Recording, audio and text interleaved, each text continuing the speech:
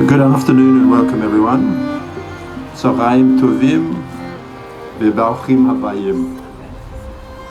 What an emotional day this is going to be. It's already started and I can feel the emotion here. We all here know the story of the Jewish detainees who escaped from Nazi-occupied Europe only to be deported from British Mandate Palestine to Mauritius as the Shoah in Europe was starting to unfold. The event for which the word genocide was created by Raphael Lemkin, a Polish Jewish lawyer, in 1944. While this shocking deportation and imprisonment is commemorated here at the Detainee Information Centre, there was no memorial for those who died on the journey to Haifa and then from Haifa to Mauritius. This has now thankfully been corrected. This is not only the right thing to do, but in Judaism, a name, Shem, is spiritually significant. Remembering someone's name affirms the enduring value of their life and their soul. As Jews, we are required to follow the commandment to remember, Zachor, especially those whose lives were cut short. For the Jewish people, these are especially hard times since the shocking events of October 7th, 2023. The massive resurgence of anti-Semitism adds to the sense of sadness that has engulfed the Jewish world and our non-Jewish friends. But this situation should also give pause to the leaders in Israel to have the wisdom to find a solution for peace. My father always taught me that the essence of Judaism was tikkun ulam, help save the world. I would like to take this opportunity to thank those who made today's event possible. Firstly to Rabbi Moshe, of the African Jewish Congress, who conceived the idea of this Zachor event. He was also well... Was that rain? Okay. He was also well assisted by Sarah here, Ansbacher, who, for those who are not aware, is writing a trilogy about this whole Mauritian story. I want to thank the Loza Luxembourg Foundation for their sponsorship. I want to thank the members of the Island Hebrew congregation, especially Andrew Sloan and Linda Mamet, for their help with this organisation. I also want to take this opportunity to thank those who helped maintain the Detainee Centre and help educate people about this whole, but still little known story. Vanessa Kalu, Kavita Smith, Jill Laos, and Tali Nates. In addition, I want to thank those who helped so much in maintaining the cemetery and the grounds here. I want to thank Marc Berger, the staff of the Detainee Centre, Alan Soup, the members of the Amical Maurice Israel, Black River District Council, and the Honorary Consul of Israel in Mauritius, Kishore Ganga, here present. I want to give a special thanks to the Gradman family, and again, pay tribute to their grandfather, Louis Gradman, who was the driver behind establishing this cemetery in 1940. And lastly, a very special greeting to the members of Tali Regev's family, Leah, Joseph, Toma, Hadass, and Vered, and all the family members of the detainees who made their journey from Mauritius to this special event. Thank you all. Toda Rabbah, and have a very special day. Thank you.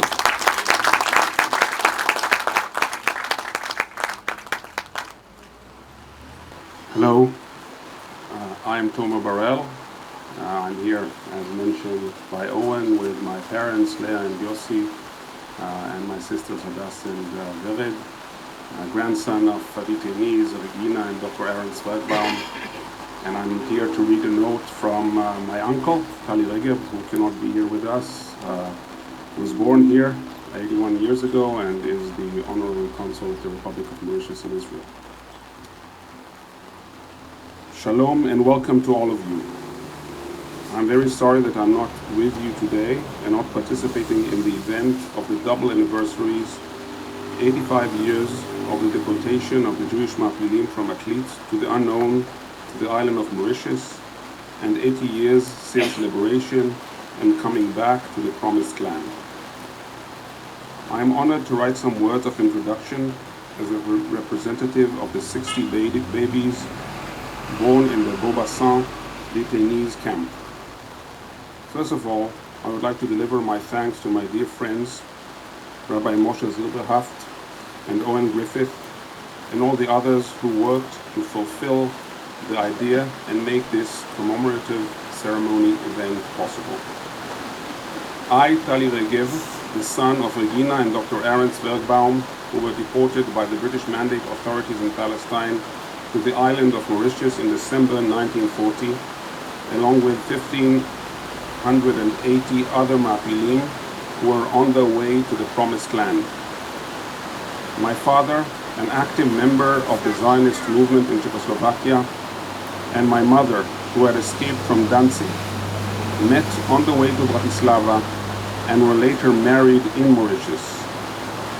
The whole saga of the Mauritius exile and of the preceding period is described in my father's diaries, which he wrote on a typewriter during the years of exile. As Hanukkah is around the corner, I would like to share with you a story my father wrote in his diary describing the deportation journey. On the New Zealand, the boat we were on, there was an officer who used to think up totally absurd measures, which he then bestowed on us in order to humiliate us. The height of it all was when he did not allow a Hanukkah celebration to take place, supposedly because Hanukkah was already long over, and nothing, not even a calendar, could change his mind. But since he was relieved of his office by the captain on the first day of Hanukkah, he should remember Hanukkah for the rest of his life. I was born in the central prison of the island in Beaubassin among 60 other children, 81 years ago.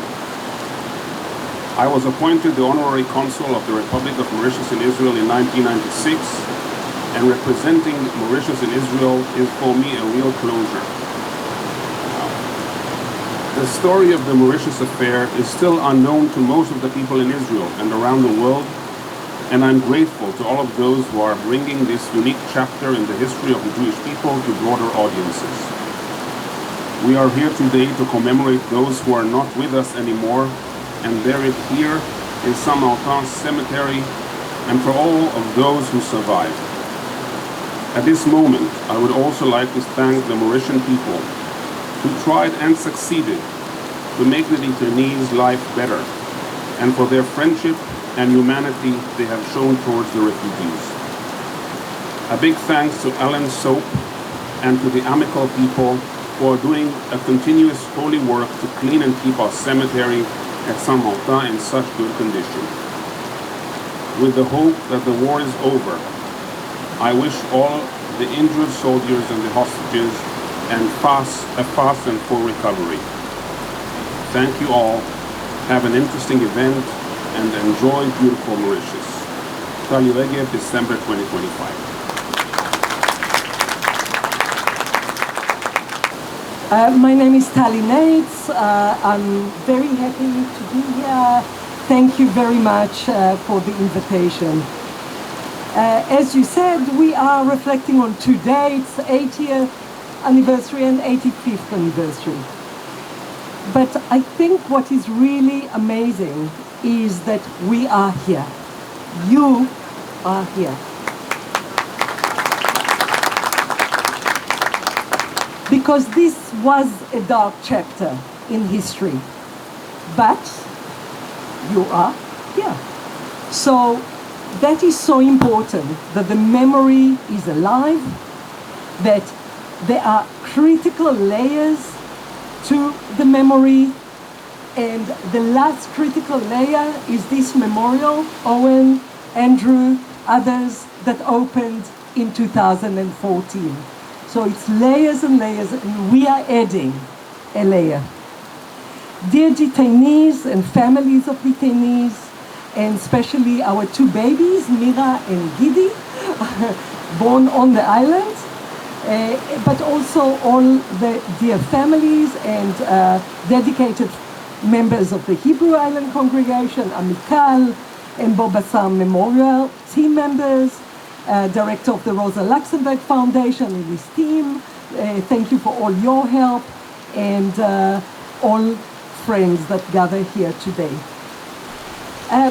I come from Johannesburg. I'm the director of the Johannesburg Holocaust and Genocide Centre and chair of the South African Holocaust and Genocide Foundation. It's 3 centres in South Africa. But actually today, Owen allowed me to come as a member of this memorial, if I'm allowed. Because it is our pleasure to assist this memorial to keep high standard of education for schools, for visitors that are coming, and it's really something that Jill, Kavita, Vanessa, Owen, and others are doing, and we are very, very happy to be able to assist them in the memory and education work here, preserving the memory of the Holocaust on the island. And don't take it for granted, because the first time I came and we started to train, Kavita knows, I said, did you hear about the Second World War? No. The Holocaust? No. Adolf Hitler? No. And Frank? No. Where do you start? And now, amazing, amazing educators, educating thousands of people. One of the people I work closely with for many years is Dr. Ronnie Michel-Arieli, who dedicated her research and writing to Holocaust memory in Africa, especially South Africa and Mauritius. And I would like to read to you a special message from her, because she is on her way to the United States to represent this story of Mauritius at the United States Holocaust Memorial Museum. Although I am unable to be with you in person today, my heart is very much in Mauritius. I'm deeply honored to greet you from afar as I'm currently presenting my research on the deportation at an international conference in the United States. For the past 6 years, I've devoted myself to studying the history and memory of the Jewish deportation to Mauritius, working in more than 10 archives across the world, from Mauritius and South Africa to the United Kingdom, the United States, Austria, Germany, the Czech Republic, and beyond. I would also like to extend my deepest appreciation to the organizers of this important gathering, the African Jewish Congress and Rabbi Sibbelhaft, the Hebrew Island Congregation led by Owen Griffith, and the Johannesburg Holocaust and Genocide Centre, which has been concept engine in promoting research, dialogue, and remembrance of this remarkable and often overlooked chapter. I send my warmest regards to all of you who have gathered here, and my profound respect to the families, the local community, and everyone in Mauritius who has worked tirelessly to preserve and honor this history. May today's commemoration deepen our understanding, strengthen our connections, and ensure that the stories of the detainees remain forever alive. And finally, from me, that was from Ronnie. We are sending her live pictures, so she knows what's going on. But finally, a last word from me. It is often forgotten that the Second World War was a global war that included the African continent. We had internment camps in North Africa and East Africa and West Africa, but we had also, of course, internment camp here in Mauritius. And we all know and connected to this story. So today we remember those who died in the journey from British-mandated Palestine to Mauritius, those who were detained here by the British, and those born on the island, including Gideon and Mira, who are here with us, and the 126 who died during their captivity and are buried here in St. Martin. We also remember that in a way, here is the closest the Holocaust came to Africa, to South Africa, and it is my honor to represent here the education centers about the Holocaust and about Mauritius from South Africa. Thank you very much. Good afternoon, dear friends, honored guests, ladies and gentlemen. Thank you very much for being here. And so the question is, how did this all begin? So after our very successful gathering in September 2023, Owen and I discussed the idea of having a Yom HaZikaron, Yom HaShoah ceremony here in Mauritius. Remember that, Owen? In 2024. Something that would be very important to be held in Mauritius, and invite representatives of all religious organizations, representatives across the island, to be held under the auspices of the Island Hebrew Congregation. And we know that after 7th of October 2023, everything changed and we decided to postpone that. And then we discussed holding today's event on the 10th of August to commemorate the departure of the detainees 80 years ago. And we were asked to postpone it again to enable more people to attend the December, which marks the 85th anniversary of the detainees arriving on the island, and hence we are here today. So over 30 years ago, when I first began researching the Mauritian story, I spent considerable time in the South African Jewish Board of Deputies archives, and there I discovered something extraordinary. Meticulously detailed letters, carefully compiled registers, all created for the benefit of the detainees in the Beaubasson detention camp. Every document was signed by a man called Louis Gradman, who himself was a detainee. I was struck by the precision in every entry, the care he took to ensure the accuracy, and his unwavering commitment to serving those who had lost everything. Louis Gradman advocated for them. He communicated with the authorities about suitable religious requirements, which were almost non-existent at the time. As we know, he secured a burial ground, a Jewish burial ground. He contacted the South African Jewish Relief Committee to send religious items and Jewish necessities for the detainees, and he arranged burials here in very difficult circumstances in this very Jewish cemetery over here. And before the survivors left for Eretz Yisrael, he compiled a detailed list of those buried here, complete with dates of death, dates of birth, cause of death, countries of origin, grave numbers, and in doing so he ensured that this cemetery would be secured for eternity by having it entrusted as a property of the South African Jewish community. And all of this touched me profoundly. And this, my dear friends, is what inspired me. I was in awe of such a man, such a person, someone who I never met. I only knew him through the documents in our archives in Johannesburg. His dedication spoke to me across decades.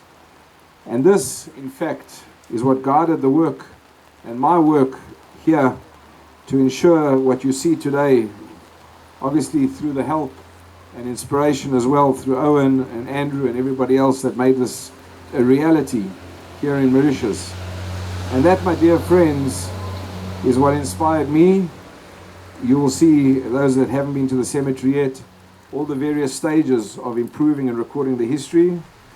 And I want to record and thank Sarah Ansbacher's research as well, and Owen and others that have made today a reality, and all of you that have made the effort to be here. And I will continue a little bit later about Louis Gradman. But that is really how today has come about. Thank you.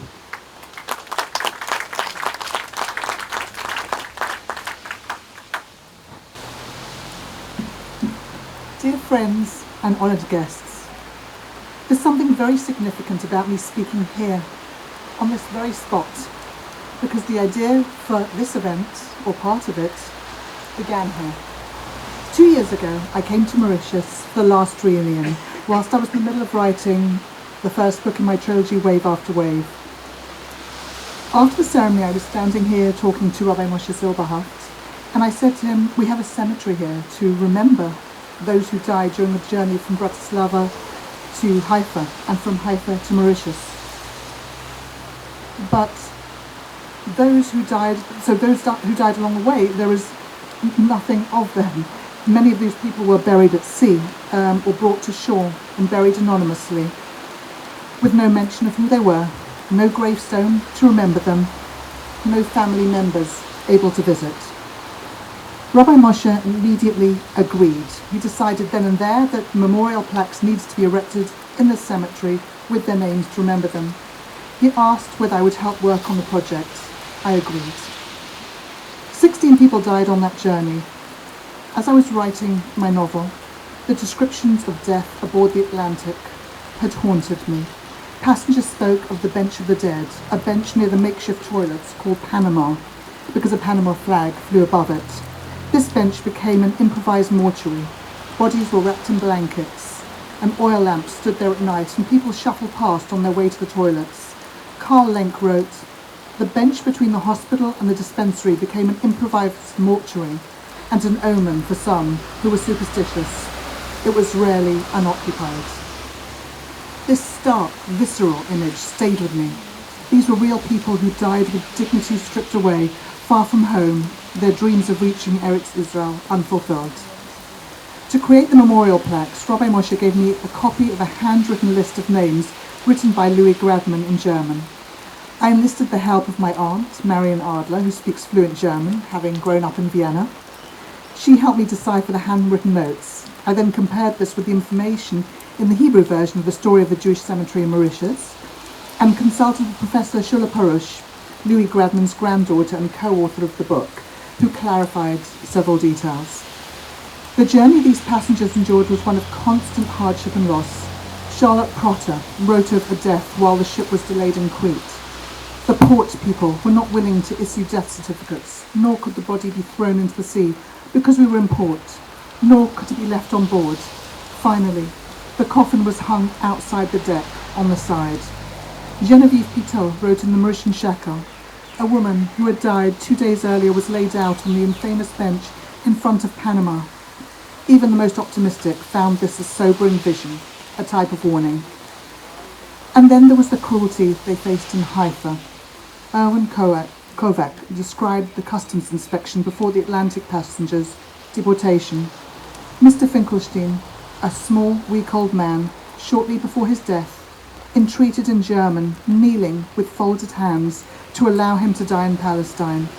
As an answer, the policeman kicked him so that he tumbled down. At this sight, most of us wept. Mr. Finkelstein later died on the Johan de Witt. He was buried at sea. For the first time in 85 years, he and all the others who died along the way, never realizing their dream of living in Eretz Israel, will be remembered. Today, we give them back their names. We give them the dignity of being remembered. We bear witness to their stories. And I want to make special thanks to those who have made this day possible. Thank you to all of you who've travelled here today to honour their memory with us. Thank you to Owen, to Rabbi Moshe Silberhaft, to Tali Nates, and really everyone who's a part of it, the museum staff, Vanessa, and Kavita, all of you, thank you very much.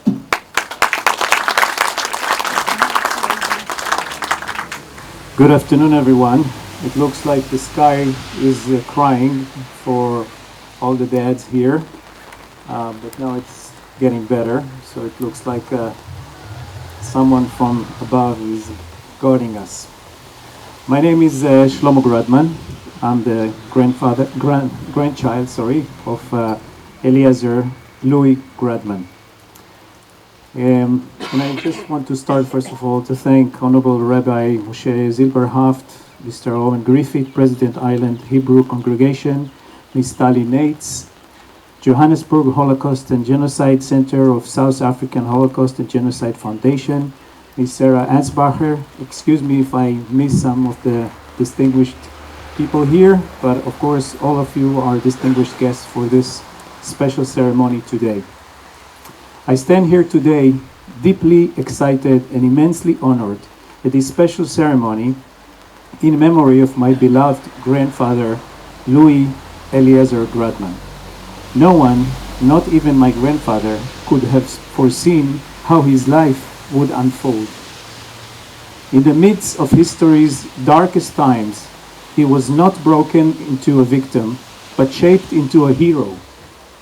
Grandpa Louis' heroism was not measured by a single momentary act of supreme bravery, but by his persistent daily devotion to the Jewish community. In a time when most people were justifiably consumed by their own suffering and the urgent need for personal survival, Grandpa Louis chose to look otherward. Driven by an unwavering faith that compelled him to serve others, he chose to lead, even in the absolute depths of despair. Louis Gradman was born in 1893 to an educated family in the town of Ischenhausen, Germany, and was an accountant by profession. He married Rosa Nie Levenstein, a descendant of one of the greatest German literature, Heinrich Heine, and began working in the successful metal recycling factory of the Levenstein family in Cologne. Following the Kristallnacht riots in Cologne, the family realized that they have to leave Germany. However, obtaining permits for this took a long time.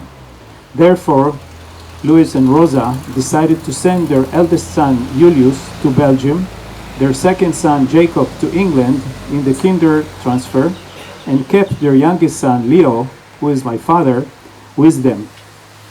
After the war had already begun, on September 28, 1940, Louis, Rosa's mother, Godola, and the 14-year-old Leo managed to board the ship Atlantic en route to Israel.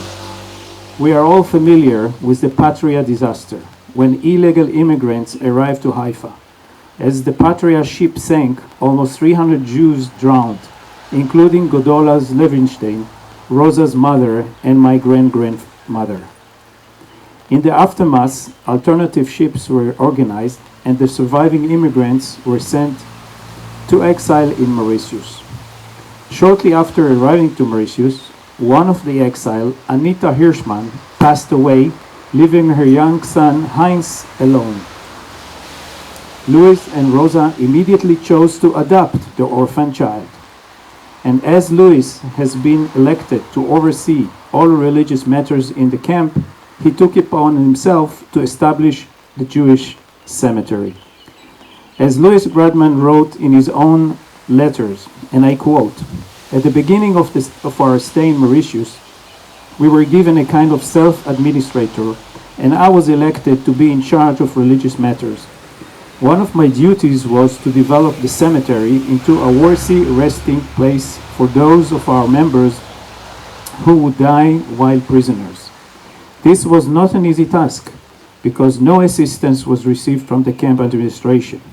We were granted a plot of land next to the non-Jewish cemetery called St. Martin. The plot was actually a rocky area covered with wild vegetation, more like a dump than a resting place. However, it should be noted that the condition of the nearby non-Jewish cemetery was not much better, since almost all the poor residents of the area of Beaubassin, where our prison was, were buried there. So in addition to Christian, Indian, and Muslims, a Jewish section was now installed in the cemetery, which was about 35 minutes of walk from our camp. At the beginning of our journey, we were faced with three main tasks: to stone and level the area and remove the wild vegetation, to provide a headstone for each deceased, to ensure that the cemetery would be preserved, and ensure that it was transferred to an ownership of a Jewish community. Once the permit was granted, about 5 people went out 3 times a week, accompanied by a guard, to carry out the evacuation and the preparation work of the area. Leaving the oppressive prison walls was indeed a welcome change, but it was not pleasure. Moreover, Europeans like us were not used to working under the intense sun of Mauritius. In addition to establishing the cemetery, Louis made sure that shrouds, tachlichim, were shown for each of the dead, and that proper gravestones, matzeva, was erected for every one of them. He also acted to obtain approval from Mauritian government to transfer ownership of the cemetery to the South African Jewish community and pay a fixed fee to a caretaker who would look after the cemetery. His great faith led my grandfather to take care of the burial of the dead, but also of their eternal rest in their graves. Or as Louis himself put it, just as Abraham, our father, bought the cave of Patriarch, Me'arat HaMachpelah, in his time, and this grave has been preserved to this day. So the Jewish cemetery in Beaubassin will continue with God's help until the coming of the Redeemer, and until the resurrection of the dead. In 1945, Louis' family arrived to Israel, and he reunited with his family and decided to live in Jerusalem. While in Israel, Louis decided to perpetuate all the Jewish people who died on the way from Europe to the land of Israel and from Israel to Mauritius and back. Since in those days the Hebra Kadisha was not active, he saw a personal obligation to preserve the memory of all dead and to be the Hebra Kadisha of those days. As he wrote on his own word, we knew that we were doing a deed that was not rewarded, but we were so busy that we did not feel the full gravity of the situation. The verse came true for us. He who keeps the commandment will not know any evil. Or his own words in Hebrew, Shomer mitzvah lo yada ra. As mentioned earlier, my father Leo was also staying in Mauritius with his parents nearly 4 years. At the end of 1942, when he reached the age of 18, he was offered to leave Mauritius by enlisting to the British Army, and so he did. He joined the Jewish Brigade, underwent basic training in Port Said, Egypt, and was sent to Europe to fight the Nazis on behalf of Her Majesty's government. After the war ended, he continued to serve in the British Army to help Holocaust survivors immigrate to Israel. When he finally arrived to Israel, my father fought in the Haganah and the IDF in their struggle to establish Jewish state. He married my mother Alice, née Clar, and me and my brother were born. In 1962, my father began working as a sales manager at ICI, Imperial Chemical Industry, a huge British corporation that manufactured chemicals. He was very successful in his position, which led the ICI management in Britain appoint him as the company's first ever head of their Israeli operation. As the general manager for ICI Israel, my parents moved to the company-owned mansion in Herzliya Pituach. ICI, a British company from the very nation that exiled my father to Mauritius, and in his own army he served, later appointed him to manage its operation in Israel. In parallel, opposite to my father's house in Herzliya, was the residence of the German ambassador to Israel. So ambassador himself became my father's neighbor and friend. Call it a twist of fate or closing a circle. This week marked another remarkable closing of a circle between Germany and the Jewish state, the very nation that once thought to eliminate the Jewish people has now acknowledged that Israel, the Jewish state, will help defend it through the purchase of the Arrow system, developed entirely in Israel by Jewish and Israeli engineers. I will end on a personal note. My grandfather Louis was an inspirational figure in my life. His leadership, initiative, and devotion towards community served as a powerful role model for me, and I also contribute today a lot in Israel for the community. Louis was a great believer in God, despite everything he had gone through in his life. My father, however, chose in adulthood to live as a secular Jew, and that is how I was raised. Yet, when I turned 13, it was my father himself who taught me Haftarah, and as a tribute to my grandfather, I was called up to the Torah in his own synagogue, Ohel Rivka, in his neighborhood in Jerusalem. This is my first visit to Mauritius. Being here in a place that holds such an inspiration part of my family's history is deeply moving for me and represents the closing of my own circle. I am proud and grateful to stand here today where my grandfather Louis revealed his greatness. As the saying goes, in the darkest times, the brightest stars shine. I wish to thank all of you, all those that initiated this ceremony, and all of you that said so great things about my grandfather. I'd like to thank you for the great things you said about my grandfather Louis Bradman, whose memory and deeds will continue to illuminate our past. I invite you to read about Louis' life and deeds in the book written by my cousin Shula Parush Ni Gradman. That's the book. You can buy it here, and that's the photo of my grandfather.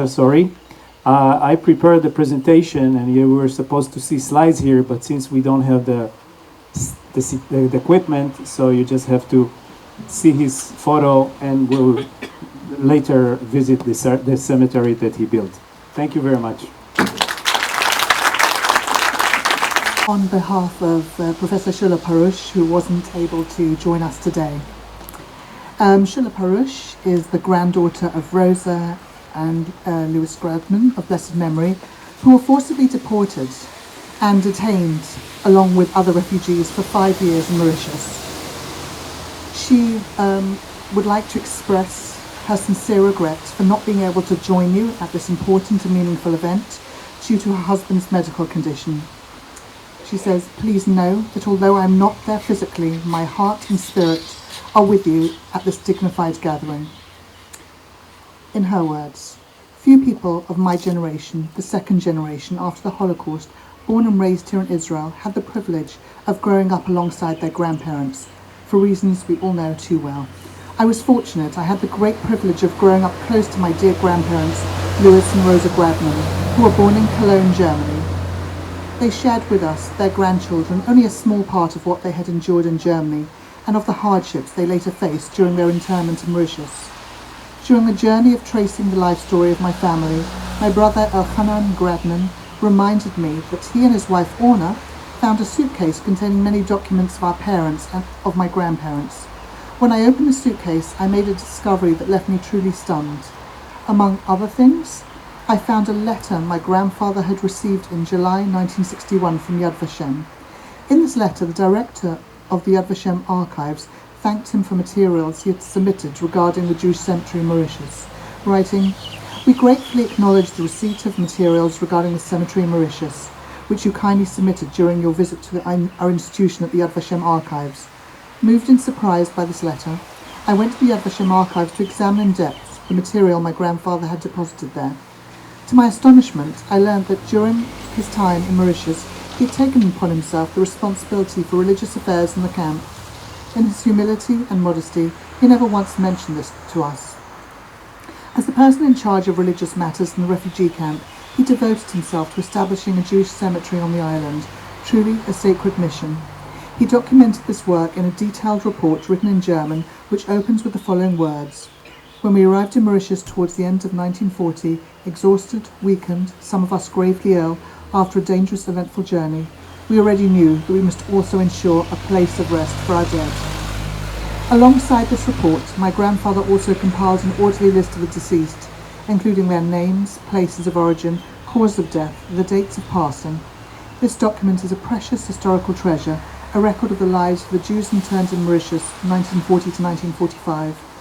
Beyond that, it is also a profound testimony to my grandfather's devotion, faith, deep sense of responsibility, and his unwavering commitment to ensuring that every individual merit be buried in a proper and dignified Jewish burial.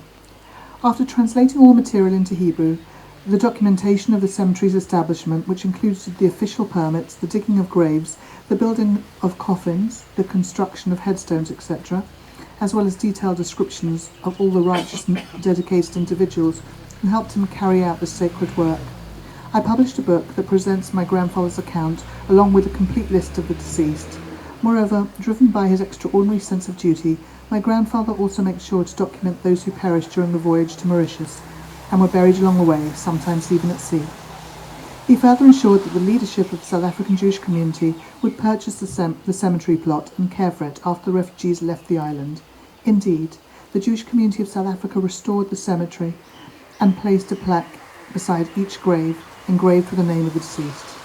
Thanks to the generous support of Rabbi Moshe Silberhaft and the initiative and professional assistance of me, Sarah Ansbacher, the book was translated into English. In addition, a memorial was erected based on the list compiled by my grandfather, in honour of the many Jewish refugees who perished on their way to Mauritius. This memorial stands as a lasting tribute to those Jews who fled the horrors of the Nazis in the hope of reaching the safety of the land of Israel. I wish you a moving and meaningful detainees reunion and memorial unveiling. Shula Parush, granddaughter of Rosa and Louis Gladman.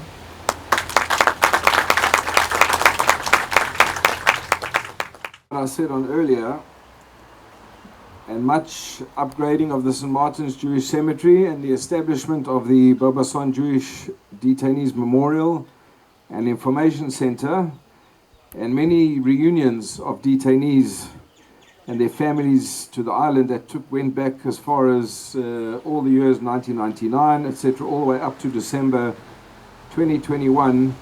I received an email from Professor Shula Porush, who we just heard a message from, and during our correspondence she mentioned that her grandfather had been an involved Mauritian detainee, and she mentioned that her grandfather was Louis Gradman. And I sent her a photograph of him, and if you all look at the back of your program, you'll see the picture of him. And I went into our archives and I sent her the picture of him and some of the correspondence, and she was totally blown that we had all this correspondence in our archives. She told me that for many years after her grandfather had passed away, she found this suitcase, which you heard about now from in her message, and she had translated translated his notes and written the book. Here's the book in Hebrew. It all looks the same from a distance, but they are available in Israel from her in Hebrew, which she compiled, and it was published in 2022, and there are a few copies still available in Israel. And in May this year, Shula and I went to see her after a meeting we had, a function we had at the Lochamei Gitaot arranged by Dr. Ronnie Michael Arieli, and we sat together with her and she was showing us various documents, and I was totally taken by that list that, again, it's at the back of your program, that handwritten list of the people, 17 or 16 people that had died at sea, and until we had met and until that list was actually shown, that their memory had never been recorded anywhere except on that piece of paper.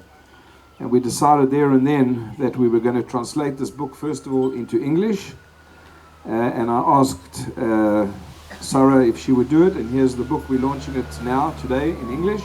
Sarah translated. Only a small amount were printed in Israel, and we have some here for sale. And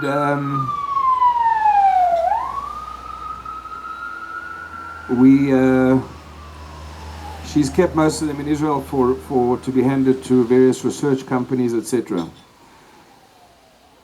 But I must say that many of you would have noticed that my involvement in the cemetery goes back over 30 years, and I want to share something with you about Louis Gradman, Eliezer Gradman, that his love and his dedication and commitment for our Jewish people and his devotion was a huge inspiration for me and for our heritage and for our religion. And that drew a special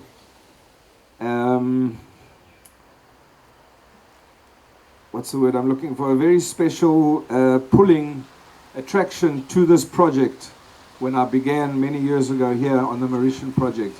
And one thing I noticed more than anything else is that he did it l'shem shamayim. He didn't do it for recognition or anything. The mere fact that when he left here, He put it in a suitcase and then he gave it to Yad Vashem and he put it and he just left it. He didn't brag to his family. He didn't tell everybody, oh, look what I did. Look how great I was. I looked after the deceased. Put it away and he let it and he passed on, and many years later his family found it. He understood something essential, that every Jewish soul matters, that our responsibility as to our fellow Jews doesn't end when we take our last breath, but extends beyond its eternity and into eternity. While they lived as refugees and detainees, he fought for their dignity and for their needs. And after they passed, he ensured they would not be forgotten, that their resting place would be tended and their names would be remembered. And that is what inspired me, and that's what guided my work here in Mauritius for all these years.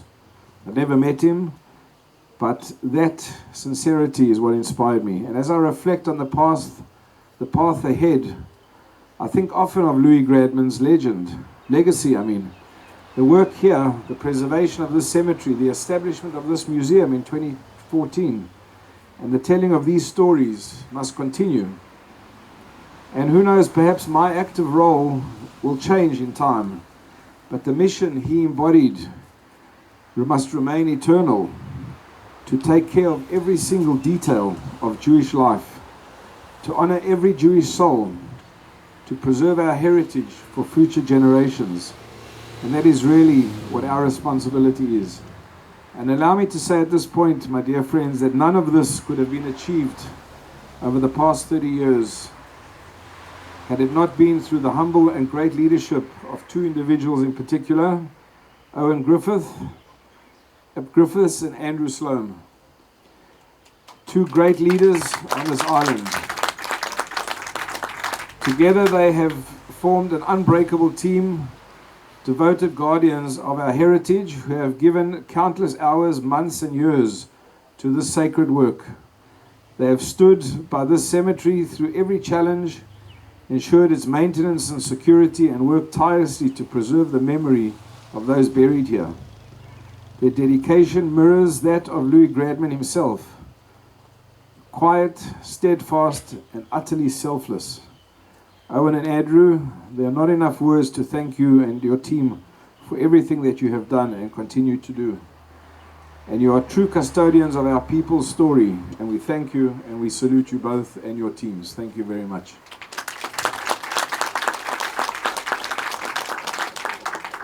Friends, long may Louis Gradman's legacy continue, and long may what he taught us in humility, the importance of caring for every single Jew in life and in death, be respected and upheld. And as I said earlier, due to the high cost and the many logistics of issuing this publication, only 150 were published, and many of them were left in Israel with Shula for distribution to various universities, etc. However, there are a few here today for sale, but I'd like to hand a number of them to important people here today, some dignitaries. So I'm going to go over there. If you're going to bring that pile of books here, and we'll call your names, and if you can come forward, and we will present you with a book.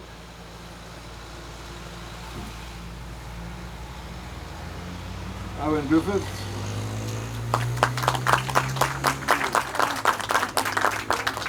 Andrew and Cheryl Sloan. Shlomo and Ayelet.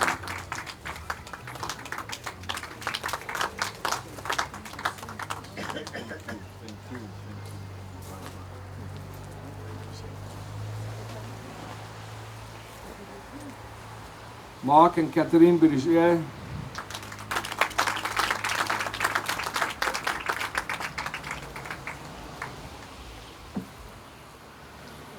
Sonia.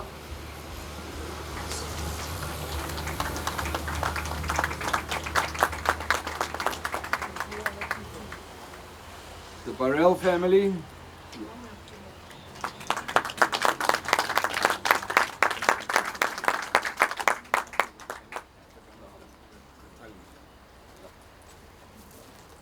Kishore Ganga, important member of our community.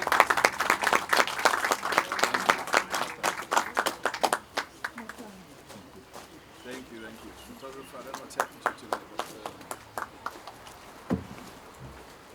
Tally Nates, thank you. Thank you. Mr. Gerd Stefan. Linda Mamet and Ilan Erstvet.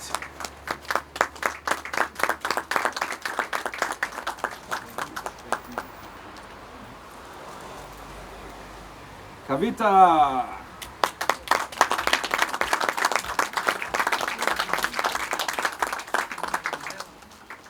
And Vanessa.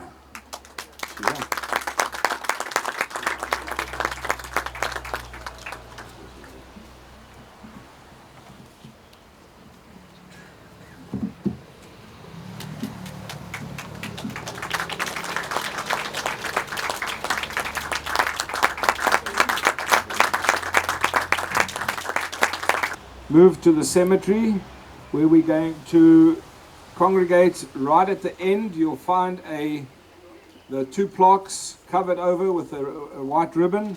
Please all congregate there where we will continue the ceremony. 1, 2, 3. Yeah, together if you lift it. Sure, we will. Lift it, Owen. Lift it from the bottom. 1, 2, 3. Congratulations. Mazalto. We now ask Andrew Sloan to please read the inscription for us. Okay, we'll start off with An Ocean of Tears, the harrowing journey of Jewish refugees from Bratislava to Mauritius in 1940. First of all, the journey from Bratislava to Romania. On the 4th of September 1940, 4 paddle steamers, the Schönbrunn, Helios, Uranus and Milk, left Bratislava, Slovakia, carrying 3,570 Jewish immigrants escaping persecution. It was the largest wartime convoy of Jewish refugees to escape via the Danube River. Most came from Vienna, Prague and Danzig, and some of them from Prague and Vienna had already been detained in Bratislava for 9 months. All hoped to find safe haven in Eretz Israel. The journey from Romania to Eretz Israel, mandatory Palestine. Upon arrival in Turcia, Romania, the refugees boarded 3 decrepit ships, Atlantic, Pacific and Milos. The largest vessel, the SS Atlantic, carried 1,800 passengers. The sea journey was arduous. They endured delays, storms, waning supplies, deteriorating sanitary conditions, disease outbreaks and other challenges. The journey from Eretz Israel, mandatory Palestine, to Mauritius. On the 24th of November 1940, the Atlantic finally reached Haifa to find the Pacific and the Milos had already arrived and their passengers transferred onto a different ship, the Patria. Unknown to the passengers, the British had slated them all for deportation by the following day. 134 Atlantic passengers had already transferred across when, in a failed attempt by Haganah to merely damage the Patria, an explosion caused it to sink. In all, 267 drowned, including over 200 Jewish refugees, as well as 50 crew and British soldiers. The British authorities permitted all the survivors of the Patria disaster to stay in Eretz Israel, but exiled the remaining 1,581 Atlantic passengers to Mauritius. Our sacred duty to remember. During the odyssey from Bratislava to Mauritius, many passengers lost their lives. Some were buried on land when the ships docked at ports during the journey. Others were buried at sea. Since many do not have marked graves, this memorial is a way to remember and honor all those Jewish victims who perished without reaching their homeland. May their memories be for a blessing. Those died during detainment at Patronka, Bratislava, around about 1940, Emil Bach, also around about 1940, Mr. and Mrs. Sommer, same time, 1940, Mrs. Immergat, and lastly, Hirsch's daughter, a 9-year-old child. DSG Helios. On the 27th of August, David Negger, age 42, from Danzig, drowned in the Danube River. His body was never found. On the SS Atlantic, on the 28th of September 1940, Mr. C. Berman, aged 46, from Danzig, buried in Turcia, Romania. On the 5th of October 1940, Mr. Leibush Fried, aged 71, from Vienna, buried in Turcia, Romania. On the 6th of October 1940, Mr. Joseph Weincast, aged 46, from Vienna, buried in Turcia, Romania. On the 8th of October 1940, Mrs. Helen Bernstein, aged 58, from Vienna. On the 12th of October 1940, Mrs. Helena Brook, aged 74, from Vienna. On the 17th of October 1940, Mr. Sigmund Rushkevich, aged 70, from Danzig, Würzburg, buried in Heraklion in Crete. On the 22nd of October 1940, Rivka Figdorf, aged 2, died and buried in Heraklion, Crete. On the 25th of October 1940, Mrs. Porges, aged 50, from Steiermark, Austria, died and buried in Heraklion, Crete. On the 26th of October 1940, Mr. Max Steinberg, aged 48, from Vienna, died and buried in Heraklion, Crete. On the 7th of November 1940, Mrs. Mima Rushkevitz, aged 59, from Danzig, died and also buried in Heraklion, Crete. 14th of November 1940, Ms. Rena Rosenberg, aged 19, from Danzig, died in Heraklion, Crete, and was buried in Limassol, Cyprus. The 19th of November 1940, Mrs. Mindel Lowenson, aged 54, from Vienna, buried in Limassol, Cyprus. On the SS Johann de Witt, on the 15th of December 1940, Isaac, aged 6, only son of Zucker Schnapp family. On the 18th of December 1940, Mr. Ehr Finkelstein, aged 72, from Vienna. SS New Zealand, on the 22nd of December 1940, Mrs. Michelin Kantrovich, aged 66, from Danzig. The names and